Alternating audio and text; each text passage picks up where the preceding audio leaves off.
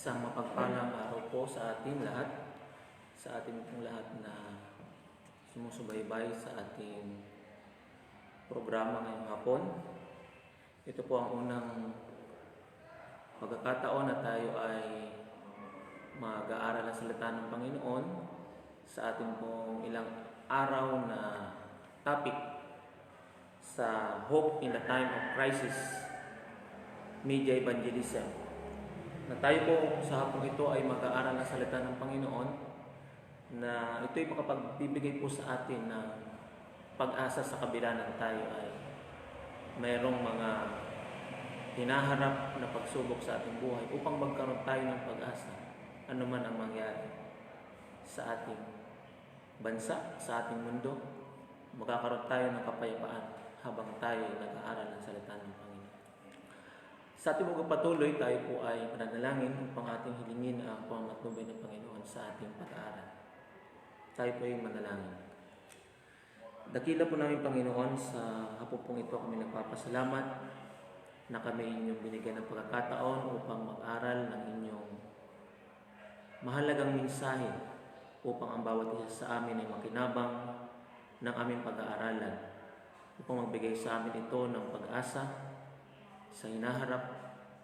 At sa hapon pong ito, O Diyos, aming dalangin na pangasiwa ng banal na Espiritu at siya naming maranasan upang magkaganon, Panginoon, aming maunawaan, aming pag-aaralan.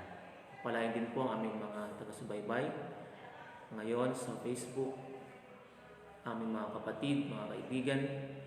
Patuloy po kami magkasama-sama sa aming pag-aaral ngayong hapon ito.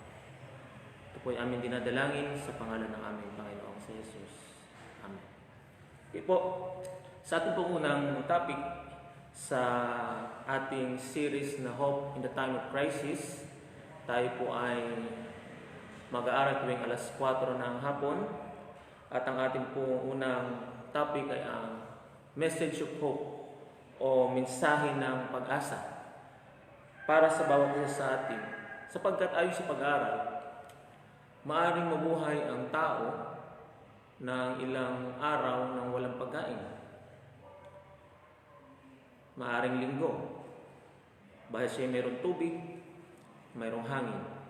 Maaaring ang tao mabuhay ng ilang oras nang walang tubig na naiinom. Maaaring mabuhay rin ang tao ng ilang minuto nang walang hangin. Ngunit kapag ang isang tao ay nawalan ng pag-asa, tiyak, hindi tatagal, siya ay malalagotan ng hininga. At diyan po ang nararanasan ng maraming tao ngayon. Magkakaroon sila ng depression sapagkat ang tingin nila sa mundo ay wala ng pag-asa. Ang tingin nila sa kanilang buhay ay wala ng pag-asa kapag dumaranas ng mga krisis. So ngayon po ating pag-aaralan, ayon po sa Aklat ng Education, page 173, paragraph 1. Sabi dito, "The Bible is the most ancient and the most comprehensive history that men possess. It came fresh from the fountain of eternal truth, and throughout the ages, a divine hand has preserved its purity. It lights up the far distant past, where human research is in vain seeks to penetrate. In God's word only do we behold the power that laid the foundations of the earth and that stretched out the heavens. Here only do we find an authentic account of the origin of nations. Here only is given a history of our race unsealed by human pride or prejudice." Ito po, sinulat ng isang manunulat na sabi dito, ang Biblia ang siyang ancient and most comprehensive history that men possess. Ating pag-aaralan ang aklat ng Biblia sa ating buong pag-aaral sa ilang araw nating pag-aaral tuwing hapon. Atin pong pag-aaralan ang kahalagahan ng salita ng Diyos. Bakit mahalaga ang salita ng Diyos? Bakit dito tayo makakatagpo ng pag-asa? Yan. Ngayon po sabi ito, paano ibinigay ang Biblia?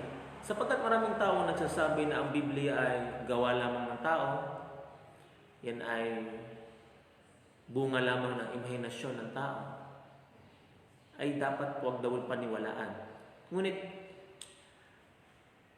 may katotohanan na ang Biblia ay isinulat ng tao. Subalit, yun ba ay kagaya ng mga ordinaryong aklat lamang? Ating pag-aaralan. Ngayon, kung ating babasahin ang aklat ng Henesis, ang Diyos ay nakipag-usap sa tao ng mukhaan. Okay? Nang pumasok ang kasalanan, nagkaroon ng paghihiwalay ng komunikasyon ang tao at ang Diyos. Parang isang pangyayari na dati, lagi kayo magkakausap dahil meron kayong load o meron kayong cellphone. Subalit dumating ang panahon na nawala ang pareho niyong cellphone kung meron kayong katawagan noon. Nawala yung komunikasyon. Nagkaroon ng gap sapagkat nagkaroon ng kasalanan. Paano ito patutunayan? Sabi po sa aklat po ng Isaias, Kapitulo 59, talatang 2. Sabi po dito, kung kayo po mayroong mga aklat sa inyong tahanan, banal na kasulatan, atin pong basahin, sama-sama po natin basahin sa atin pong pag-aaral. Sabi po dito, Isaiah 59 verse 2, ngunit pinaghihiwalay ng inyong mga kasamaan kayo at ang inyong Diyos, at ang inyong mga kasalanan ay siyang nagkubli ng kanyang mukha sa inyo, ano pat siya ay hindi nakikinig. So noon, ang tao po at ang Diyos ay nag-uusap ng mukhaan, panahon ni Adan at ni Eva. Ngunit nung magkasala sila, nagkaroon ng paghihiwalay sapagkat ang naghiwalay ang kasalanan. Ngayon, sa pamamagitan ng mga propeta ay nagsalita ang Diyos sa tao. Ngayon, dati nagkakausap sila ng mukhaan, dumating po yung panahon na may ginamit na ang Diyos para makausap ang tao. Ibig sabihin, mayroon ng tagapamagitan.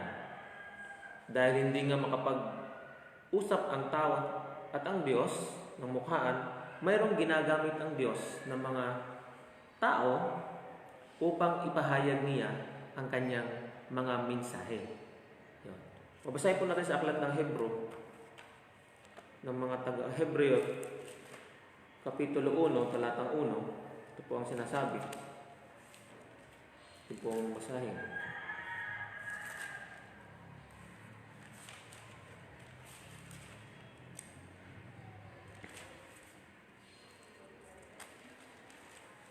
Noong unang panahon, ang Diyos ay nagsalita sa ating mga ninuno sa iba't ibang panahon at sa iba't ibang paraan sa pamamagitan ng mga propeta. Yon. Mayroon na pong ginamit ang Diyos na pamamaraan upang kanyang ipahayag sa kanyang bayan ang kanyang mensahe. Sino po ito? Ito po ay sa pamamagitan ng propeta. Ngayon po, sa anong mga pamamaraan naman ginawa ng Diyos o ano-ano mga pamamaraan ang ginawa ng Diyos upang ipahayag sa mga propeta? Pag-aaralan po natin yung iba't ibang paraang ginamit ng Diyos sa pakikipag-usap sa mga propeta. Po. Iba't ibang pamamaraan. Kagaya po ng sinusulat sa Jeremias 32, aklat ng Jeremias, Kapitulo 32, talatang 1 at 2. Yan. Ang salita na dumating kay Jeremias mula sa Panginoon ng 10 taon ni Sedekayas na hari ng Huda, na siyang 18 taon ni Nebuchadnezzar. Nang panahong iyon ay kinubkob ng hukbo ng hari ng Babylonia ang Jerusalem, at si Jeremias na propeta ay nakakulong sa bulwagan ng bantay na nasa palasyo ng hari ng Huda. Sa verse 1, mapapansin po natin, ang Panginoon, ang salita ng Panginoon ay dumating kay Jeremias. Sabihin, nagsalita ng tuwiran ng Diyos kay Jeremias. Sabihin, narinig mismo ni Jeremias ang salita ng ating Panginoon. Pangalawa, sa aklat po ng mga Bilang, Kapitulo 12, talatang 6, ang sabi po dito,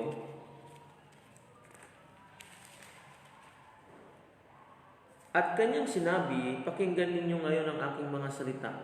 Kung mayroon sa gitna ninyo na isang propeta, akong Panginoon ay magpapakilala sa kanya sa pangitain at kakausapin ko siya sa panaginip. Yan. Ang Diyos ay nagsalita sa mga propeta sa magitan ng pangitain o vision at ganoon din po sa panaginip. Dumating ang salita sa kanila sa magitan ng pangitain at panaginip. Ngayon, ano pang uri o iba't ibang paraan pa ang ginamit ng Diyos upang ipakilala o iparating sa kanyang bayan ang kanyang mensahe? Sa aklat po ng Amos, Kapitulo 8, talatang 1, ang sabi po dito mga kapatid, mga kaibigan, ganito ang ipinakita ng Panginoong Diyos sa akin, isang kain ng bungang kahoy sa tag-init. Ito pa yung isang paraan. Mayroong ipinakita ang Panginoon. Aktual na ipinakita. Nakipag-usap ang Diyos sa magitan ng kanyang mga propeta kapag siya mayroon ding gustong ipakitang aktual. Okay? Kagaya ng utusan ng Panginoon, si Noe na gumawa ng malaking arka upang pagsakyan ng mga tao at ng kanyang pamilya at ng mga hayop, ipinakita ng Diyos kay Noe o kay Noah na kung ano magiging itsura ng daong. Isa lamang po yan sa alam natin mga kasaysayan ng banal na kasulatan na ipinakita ng Diyos sa mga lingkod niya ang gusto niyang iparating. Okay? Ngayon, ipinasulat ang kailangang malaman ng lahat ng tao. Mayroon po tayong Biblia sapagkat gusto ng Diyos na malaman natin ang kanyang kalooban. Sapagkat kung wala ang Biblia, wala tayong malinaw na pagkaunawa kung ano talaga ang pinagmulan ng tao. Kung ano talaga ang dahilan kung bakit maraming kaguluhan sa libutan. Hindi natin malalaman kung ano ang kanyang panukala sa bawat isa sa atin. Kaya sa ganitong mga panahon, maraming tao ang naguguluhan, ano ba talaga ang nangyayari sa ngayon? Kaya ating pinag-aaralan ang salita ng Diyos upang tayo po ay magkaroon ng pag-asa sa hinaharap. Okay? Ipinasulat ang sinalitang tuwiran. Ngayon, hindi lang nagsalita ang Panginoon, kundi mayroon din siyang utos na isulat kung ano yung sinabi, kung ano yung ipinakita sa panaginip, kung ano yung pinakita sa kanya ng Diyos. Okay? Basahin po natin ang aklat ng Jeremias, Kapitulo 30, sabi po dito, talatang 2. Upang ating pong masubaybayan, mga kaibigan, mga kapatid, kung ano ang kalooban ng Diyos sa ating pag-aaral. Ganito ang sabi ng Panginoon ng Diyos ng Israel, isulat mo sa isang aklat ang lahat ng mga salita na aking sinabi sa iyo. Po, inutusan ng Diyos ang kanyang lingkod na propeta na isulat kung ano yung kanyang ipinakita. Sa panahon po natin ngayon, napakahalaga po yung written document. Kagaya ng bilihan ng lupa, bilihan ng kung ano pa man, mas mahalaga na po ngayon yung nasusulat. Kasi ating mga pag-aaral tuwing hapon, ating pag-aaralan yung kung ano po yung nasusulat sa salita ng Diyos. Hindi titindig yung sinabi lang, yung salit-saling sabi ng tao. Sabi nga, hindi titindig yan sa hukuman, kahit sa hukuman ng tao. lalo tigit sa hukuman ng Diyos, yung sinabi lang. Napakahalaga na mayroon tayong isinulat. Kaya ang Diyos, very specific. Hindi niya lang po ipinakita, sinalita, bagkus kanya rin po itong ipinasulat. Gaya po sa aklat po ng Daniel 7:1, ipinakita rin po ng Panginoon sa pamamagitan ng pangitain na mangyayari sa libutan at kanya rin po itong ipinasulat ang pangitain. Okay? Sabi po natin ng Daniel 7, talatang 1 po. Itong sundan. Nang unang taon ni Belshazzar na hari sa Babylonia, si Daniel ay nanaginip at nagkaroon ng mga pangitain habang nakahiga sa kanyang higaan. At kanyang isinulat ang panaginip at isinalaysay ang kabuuan nito. So, sinulat po yung pangitain. At kagaya naman ng ipinakita ng Diyos kay Apostol Juan sa aklat ng Apokalipsis, sa ibang mga Biblia ay pahayag, Kapitulo 1, talatang 11, ito pang sinasabi.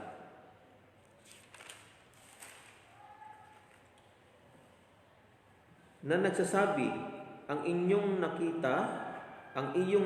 nakikita ay isulat mo sa isang aklat at iyong ipadala sa 7 iglesia. Sa Efeso, sa Smyrna, sa Pergamo, sa Tiatira, sa Sardis, sa Philadelphia at sa Laodicea. Ibig sabihin po, ang Panginoon nung ipinakita kay Apostol Juan, o kasi Juan, ang kanyang pangitain, ito po ay inutos ng Diyos na kanya din pong isulat. Ngayon, ano ba ang tawag sa mga salitang ito ng mga nakasulat, salita ng Panginoon? Ano po yung iba't ibang tawag ng mga tao? O mismo yung mga sumulat, ano po ang pagkakaunawa ng mga sumulat tungkol sa banal na kasulatan? Ano po? O Biblia. O ato pong mabasahin ang unang Tesalonica 12:13, ang sulat ni San Pablo sa mga Tesalonica. Ito po ay tinatawag na salita ng Diyos. Sabi dito, at kami ay patuloy na nagpapasalamat sa Diyos na nang inyong tanggapin ang salita ng Diyos ay inyong narinig sa amin, ay inyong tinanggap iyon hindi bilang salita ng mga tao. Si Apostol Pablo ay nasisiyahan sa mga taga Tesalonica sapagkat yung kanilang ibinahagi na salita ng Diyos ay kanila itong tinanggap, hindi gaya ng pagtanggap sa salita ng tao. Ibig sabihin, mayroon po itong importansya. Pinahalagahan ng mga taga-Tesalonica ang salita ng Diyos. Nakalulungkot sa ating kapanahunan, maraming mga tao din ang hindi nagbibigay ng importansya sa salita ng Diyos. Binabaliwala na para baga ang salita ng Diyos o ang Biblia ay isang lumang aklat, hindi na applicable sa ating kapanahunan. Ngunit ang mga apostol, maging ang Panginoong Hesus, ay kanyang pinahalagahan ang salita na ito na nasusulat sa banal na kasulatan. Okay? Tinawag din itong aklat ng Panginoon. Sa aklat po ni Isaias, Kapitulo 34, talatang 16. Ito po ang pagkakasabi.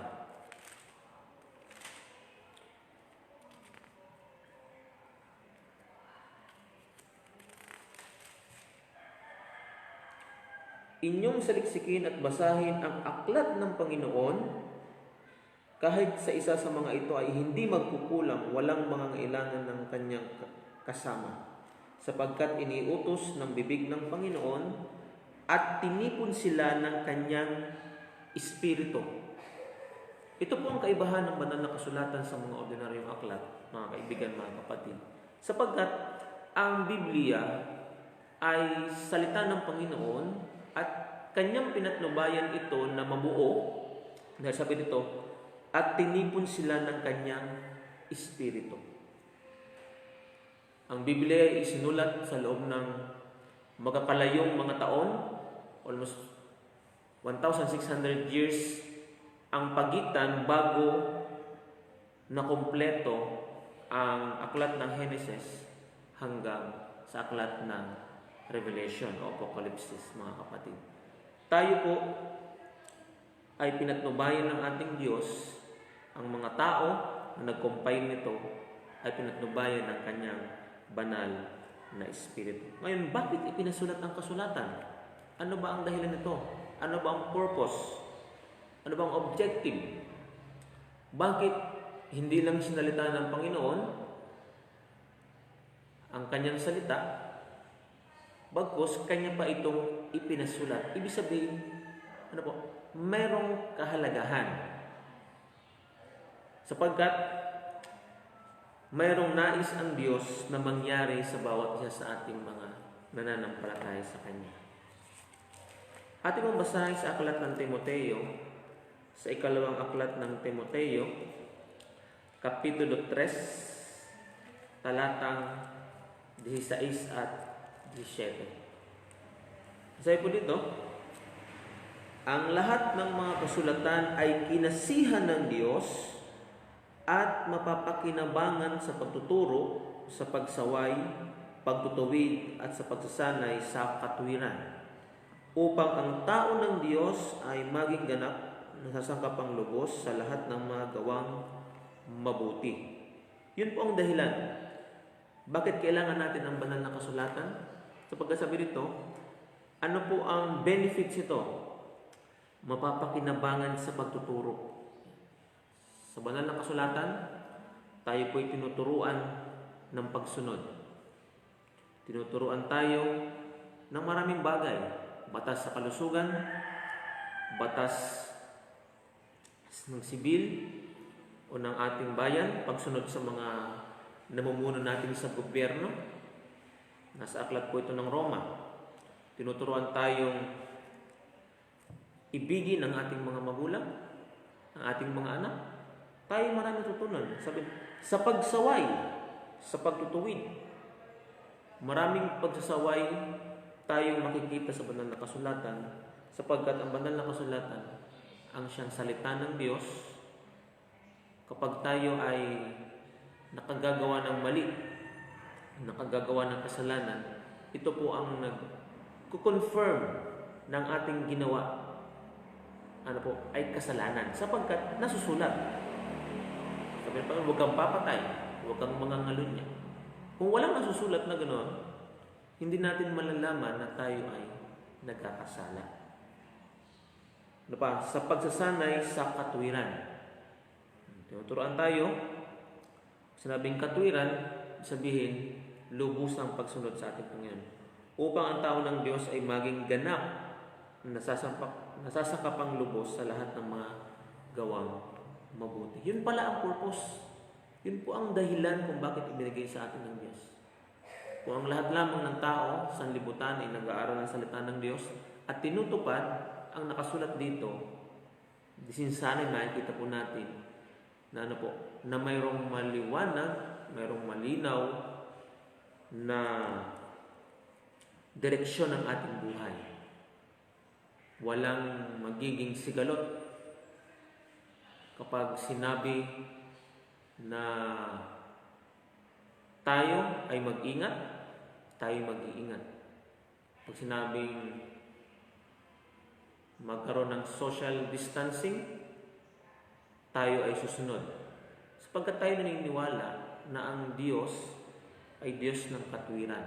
At tayo mga Kristiyano, nag-aangkin na tagasunod ng ating Diyos, sa ating pag-aral ng Biblia, ating makikita na napakahalaga ng pagsunod sa ating Panginoon. At kung tayo sumusunod sa kalooban ng Panginoon, hindi mahirap sumunod sa ipinagagawa ng ating pamahalaan, ng ating mga pinuno, kung ito naman ay hindi nakakahadlang sa ating pagsunod sa ating Panginoon. Ito po ay para sa ikatututo upang magkaroon tayo ng pag-asa. Yan. Basahin po natin sa aklat ng Roma, Kapitulo 15, talatang 4. Magkaroon tayo ng pag-asa. Sabi, sapagkat ang anumang mga bagay na isinulat noong una ay isinulat upang tayo ay matuto, upang sa pamamagitan ng pagtitiyaga at sa pagpapasigla ng mga kasulatan ay magkaroon tayo ng pag-asa. Yan. Ang sabi ng banal na kasulatan, sabi ni San Pablo sa mga taga-Roma, ano po? Anumang bagay na isinulat noong una ay isinulat upang tayo ay matuto, upang sa pamamagitan ng pagtitiyaga at pagpapasigla ng mga kasulatan ay magkaroon tayo ng pag-asa. Kaibigan, mga kapatid. Kaya napakaganda po ang ating kalagayan sa ngayon. Hindi natin sinasabing wala tayong disadvantages. Marami tayong disadvantages sa panahon ng quarantine. Ngunit, maaring ito ang ibinigay ng Diyos sa atin na panahon upang saliksikin natin ang banal na kasulatan. Maaring nung walang quarantine tayo ay maraming ginagawa, busy. Ngunit sa panahon ngayon, tayo ay mayroong panahon, una, sa ating pamilya na mayroon tayong panahon para sa kanila. At lalo tigit, nais ng Diyos na magkaroon tayo ng panahon sa Kanya. Upang kung mayroon lang tayong krisis, hindi natin alam kung hanggang kailan pa to ma-extend, sapagkat nakikita po natin na marami pang cases ng COVID. Ngunit tayo naniniwala na kapag ating ginugol ang panahon sa pag-aaral ng salita ng Diyos, sa ganitong kapanahunan, tinatawag nating krisis, mayroon tayong pag-asa. Kaya patuloy po natin iniimbitahan ang ating mga kaibigan, mga kapatid, na tayo'y nag-aaral ng salita ng Panginoon sa ating ikalalago, ating samantalahin ang panahong ito na tayo'y mag-aral ng kanyang banal na salita. Ngayon, ang sabi ng ating Panginoon sa aklat ng Juan, Kapitulo 5, talatang 39, ang kanyang bilin sa atin, sapagkat maraming mga ipinangangako ang sanlibutan, kayamanan, katanyagan, kapangyarihan, na ang tao, maging mga Kristiyano, ay nadadaya ng sanlibutan. Ang bilin ng ating Panginoon, tayo bilang kanyang mga anak. Sabi niya, sa talatang 39 ng Kapitulo 5, sinasaliksik ninyo ang mga kasulatan sapagkat iniisip ninyo na sa mga iyon ay meron kayong buhay na walang hanggan. At iyon ang nagpapatotoo tungkol sa akin. Sabi ng Panginoon, sa mga, ang kausap niya kasi dito ay mga iskriba pariseo, sinasaliksik ninyo ang kasulatan sapagkat alam nyo na mayroong buhay na walang hanggan. Ina-affirm ng Panginoon na mayroong buhay na walang hanggan kapag tayo nag-aaral ng salita ng Diyos. At ang sabi niya, ito ang nagpapatotoo sa akin. Subalit ang mga pariseo ng kanyang kapanahunan ay hindi naniniwala sa kanya. Kaya sabi ng Panginoon, ating saliksikin ang kasulatan sapagkat ito po ang nagpapatotoo sa kanya. Kaya, ang pinakang sentro ng banal na kasulatan ay walang iba kundi ang ating Panginoon, ang ating pag-asa. At sabi sa ating saliksikin ito sapagkat tayo ay may buhay na walang hanggan. Po, sapagkat ito rin po ang hahatol sa bawat isa sa atin. Ating basahin sa aklat ng Juan Kapitulo 12, talatang 48, sabi dito, ang nagtatakwil sa akin at hindi tumatanggap sa aking mga salita ay mayroong isang humahatol sa kanya. Ang salitang aking sinabi, ang siyang hahatol sa kanya sa huling araw. Ang salita ng Diyos ang siyang hahatol sa atin. Ang lahat ng bilin ng ating Panginoon ay narito na. Ang lahat ng kanyang kalooban para sa bawat isa sa atin ay kanya nang ipinasulat sa banal na kasulatan. Ngayon, ang tanong na lamang, atin ba itong susundin o hindi? Sapagkat maraming Kristiyano na mayroong Biblia sa tahanan, ngayon ano po sabi, hindi sinasaliksik. Maaring nagbabasa, maaring magaling sa banal na kasulatan, ngunit ang buhay naman ay hiwalay sa Panginoon.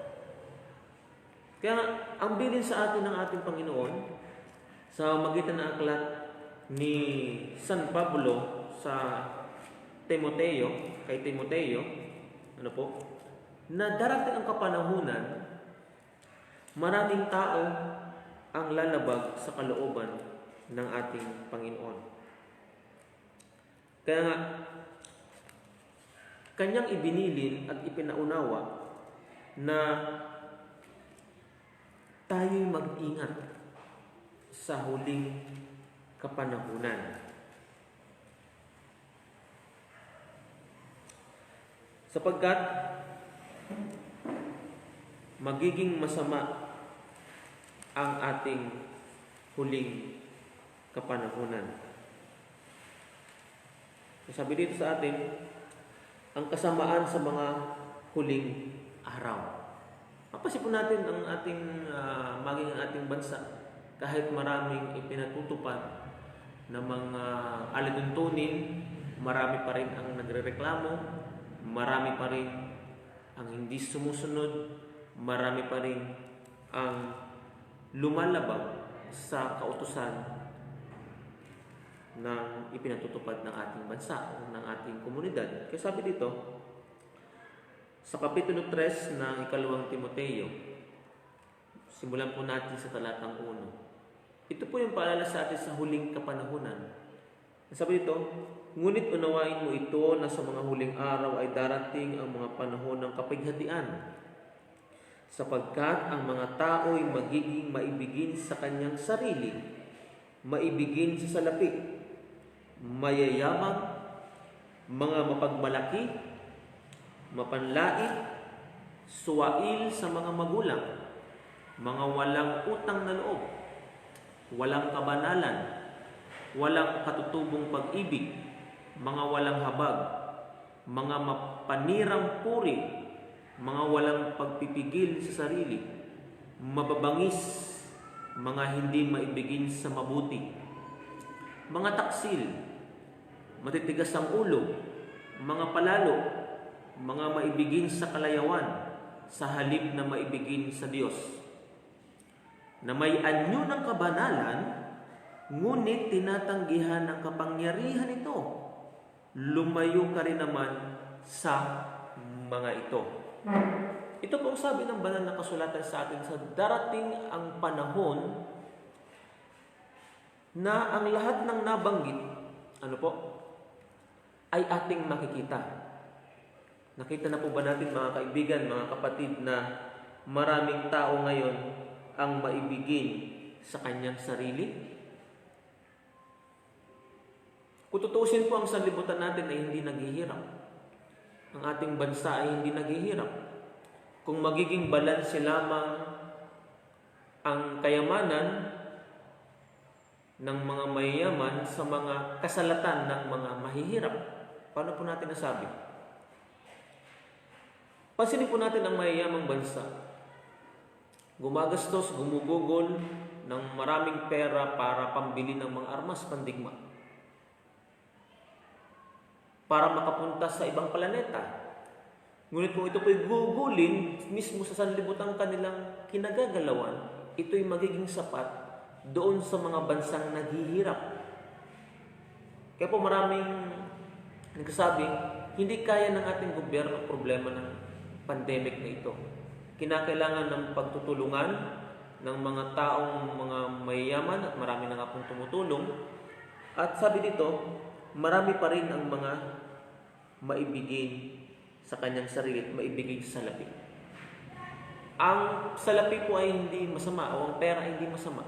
Ngunit kung ito'y ating ibigin ng mas higit sa tao na nangangailangan, mas higit kaysa Diyos, ito po ay nagiginang masama. Mayayabang. Napansin po natin sa Facebook, marami tayong makikita. Mga pagmalaki, mapanglait. Sa ating pong technology ngayon, pag mayroong ipinost, lalo na po sa Facebook, mayroong agad mga basher, marami na agad comment, kahit wala naman talaga silang background doon sa tao o doon sa mga nangyari. Madali lang magsalita. Madali kang mabash o kung ano pa man ang kanilang sinasabing masasakit sa kabila ng hindi kanila kilala. Okay po. Sabi ito, suwail sa mga magulang. Yan. Marami na ngayon ang hindi gumagalang sa mga magulang. Mga walang utang na loob. Walang kabanalan. Sabihin, ito yung mga tao na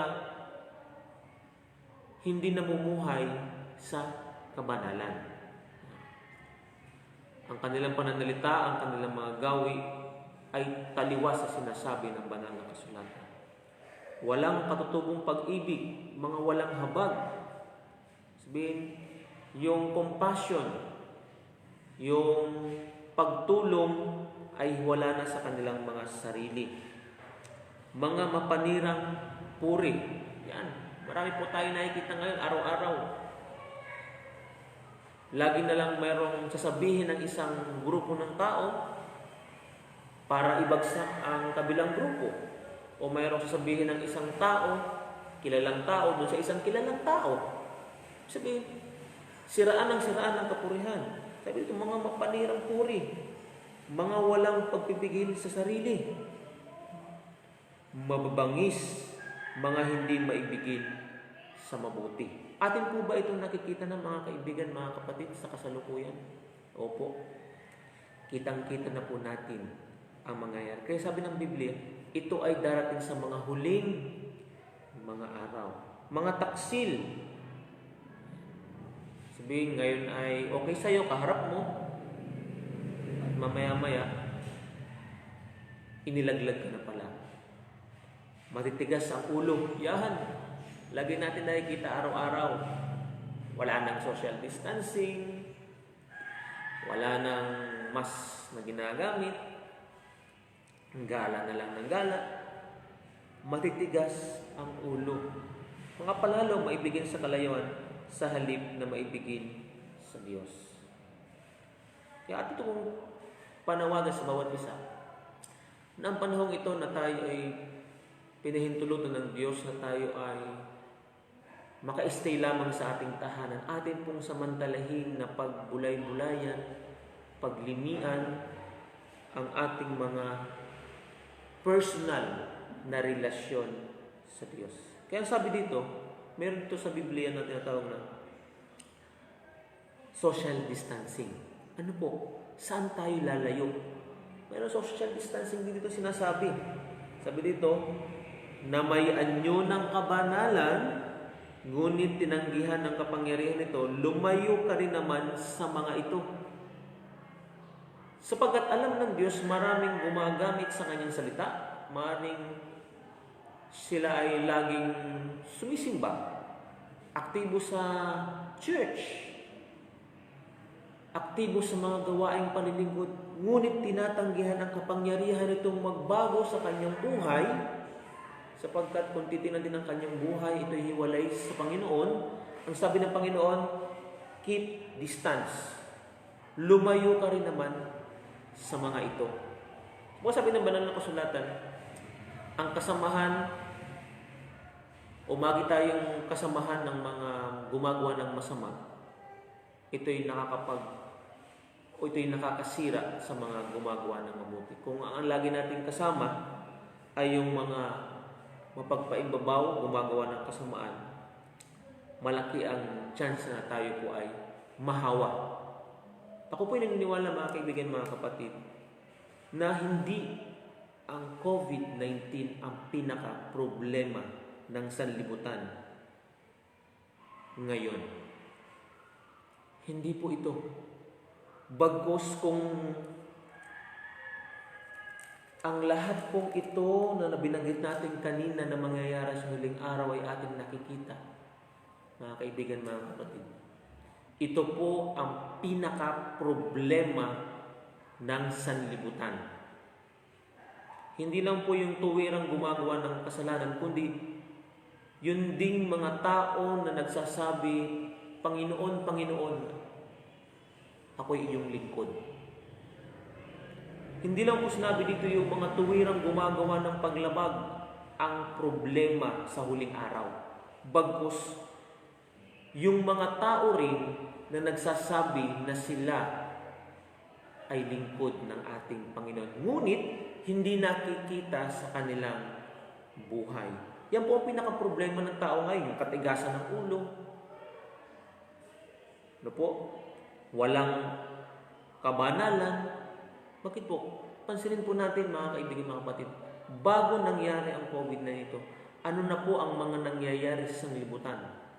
Katakloban ang issue. Nakafocus ang buong sanlibutan ngayon, mga kaibigan, mga kapatid, sa problema ng COVID. Pero natakloban ang tunay na kalagayan ng tao sa sanlibutan. Gaya ng ating binanggit kanina, ito po ang pinakang problema natin. Subalit, binigyan tayo ng panahon ng Panginoon upang mag-aral ng Kanyang salita, upang magkaroon tayo ng pag-asa. Po, narito ang banal na kasulatan, ating pinag-aaralan, at tayo po'y magkakaroon ng patuloy na paglago sa pananampalataya at pagkakaroon ng pag-asa. Sa kabila nito, tayo pa rin ay masaya, tayo pa rin ay positibo, hindi sa COVID, kundi positibo tayo na sa kabila ng nangyayari na ito, tayo po ay mayroong pag-asa sapagkat tayo lingkod ng ating Panginoon. Kaya sabi ng Panginoon sa aklat ni Jeremias, Kapitulo 29, talatang 11, sa kabila ng maraming nangyayari sa bayan ng Diyos sa panahong ito, sila po ay bilanggo sa Babylonia. Binigyan pa rin ng mensahe ng Diyos ang kanyang bayan. Parang ganito ang nangyari sa atin. Ang bayan ng Diyos ay kinubkob ng Babylonia. Wari bagang sila ay natalo at sila ay sinakop nito. Ngunit ang sabi ng Panginoon, Kapitulo 29, talatang 11, sapagkat nalalaman ko ang aking mga panukala para sa iyo. Sabi ng Panginoon, mga panukala para sa ikabubuti at hindi sa ikasasama, upang bigyan kayo ng kinabukasan at ng pag-asa. Yan. Nang sabihin po ito ng Panginoon kay Propeta Jeremias, ang bayan ng Diyos ay nasa krisis din. Sila ay kinubkob, sila ay inalipin ng bansang Babylonia. Ngunit sinabi ng Panginoon, nalalaman ko ang aking panukala para sa iyo. Ito po ang pangahawakan natin. Sa kabila na mayroon tayong krisis na kinaharap, mayroong panukala ang Panginoon sa ating buhay, sa ating kasalukuyang dinaranas. Po, may panukala sa iyo, kapatid. May panukala sa iyo ang Panginoon. Ang kinakailangan lamang natin, gumugol ng panahon sa pag-aaral ng kanyang salita at pananalangin, at patuloy po natin subaybayan ang ating ginagawang media evangelism, Hope in a Time of Crisis. Ang sinulat ng Panginoon, pinasulat ng Panginoon kay Jeremias ito, sabi po, mga panukala para sa ikabubuti at hindi sa ikasasama. Marami tayong disadvantages na nararanasan. Hindi tayo makapunta sa gusto natin puntahan, hindi tayo makalabas kung tayo walang quarantine pass at isa lang sa bahay ang mayroon. Parang hindi normal yung mga nangyayari sa ating paligid, sapagkat hindi natin magawa yung mga dati natin nagagawa. Ngunit tayo naniniwala mayroong panukala ang Panginoon sa mga nangyayari ito. Mayroong panukala para sa iyo at sa akin. Mayroong panukala para sa ikabubuti at hindi ikasasama. Marami tayo naririnig na nagre-reklamo dahil mayroong quarantine. Sabi ng Panginoon, mayroon akong panukala para sa iyo. Mag-aral ka ng aking salita. Hanapin mo ako po, at atin siyang masusumpungan. Yan ang panukala sa atin sa banal na kasulatan. Hanapin natin ang ating Panginoon habang siya'y ating masusumpungan. Ito na po yung pinaka-the best na panahon para atin siyang hanapin. Sabi ito, upang bigyan kayo ng kinabukasan at ng pag-asa. Kaya po, ang mensahe natin sa hapong ito ay mensahe ng pag-asa na sa kabila ng marami po tayong pinagdadaanan sa buhay, marami tayong kinaharap, maaaring tayo ay kakunti na lamang ang ating naipon na pagkain. Hindi natin makasama pisikal ang ating mga mahal sa buhay sapagkat sila ay nasa ibang lugar. Ngunit ang sabi ng Panginoon, ito'y para sa inyong ikabubuti. Maraming mga tao ngayon ang nakapagpahinga sa kanilang kapaguran, although walang kinikita na pang araw-araw. Ngunit ginagamit ng Panginoon ng gobyerno, ibang mga pagbigay ng mga tao na sinusuportahan ang kanilang mga pangangailangan. Sapagkat bago magkaroon po tayo ng ganitong krisis, maraming mga tao ang pagod na pagod. Pagod na pagod sa trabaho at wala ng panahon sa kanilang pamilya. Pagod na pagod sa mabubuting mga bagay at wala na rin panahon sa ating Panginoon. Kaya sa hapon pong ito, atin pong pinasalamatan ng Panginoon na na tayo binigyan ng pagkakataon upang mag-aral ng kanyang salita. Ang mensahe sa atin, ang banal na kasulatan ay ibinigay sa atin upang ating maging gabay sa ating pamumuhay na may pag-asa sa kabila ng marami po tayong kinaharap ng problema. Tayo po ay manalangin. Dakila po naming Diyos, marami pong salamat sa aming ginawang pag-aaral sa hapong ito. Nawa po ito'y patuloy nagbigay sa amin ng pag-asa na sa kabila ng kami humaharap sa krisis, hindi po ito ang pinakang problema ng aming mga kaluluwa. Bagkus, aming makita na kami inyong binibigyan ng pagkakataon na lumago ang aming relasyon sa iyo. Patuloy kayong mag-aral ng inyong banal na salita. Patuloy kaming magtiwala na sa kabila ng may ganitong krisis, meron kayong magandang panukala sa amin. Maraming salamat, Ama, sa panahon na iyong ibinigay upang kayo mag-aral ng inyong banal na salita.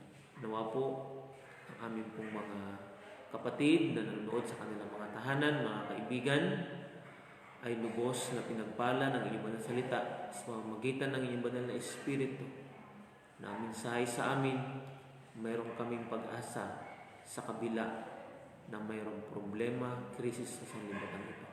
At nawa po sa mga susunod na yung pag-aaral ay patuloy po namin silang makasama at patuloy po kami pagpalain ng inyong banal na kalooban. Amin dalangin o Diyos na ang basbas ng langit ang patuloy na ipagkaloob sa bawat isa sa amin. Ito po ay aming dinadalangin sa pangalan ng aming Panginoong Jesus. Amen. Muli po, sa kinabukasan po atin pong inayayahan ng bawat isa sa ganap na kaapat na hapon, tayo po ay mag-aaral muli ng kanyang banal na kasulatan o ng kanyang salita. Ito po. At atin pong topic bukas is the blessed hope. Ang mapagpalang pag-asa. Ang mapalad na pag-asa ng bawat isa sa atin. Po, muli po atin pong invite na atin pong i-share sa ating mga kaibigan ang ating video at patuloy po natin pasalamatan ng Diyos na sa kabila ng tayo po ay magkakalayo, especially po ang distrito ng Bundok Peninsula, ating mga kapatid sa Katanawan, sa Agdangan, sa Unisan, sa Kitogo, sa Makalelon. Ang inyong lingkod po ay narito sa bayan na General Luna, ay tayo po ay nagkakasama sa kabila na tayo ay magkakalayo ngayon, tayo ay pinag-isa sa magitan ng teknolohiya.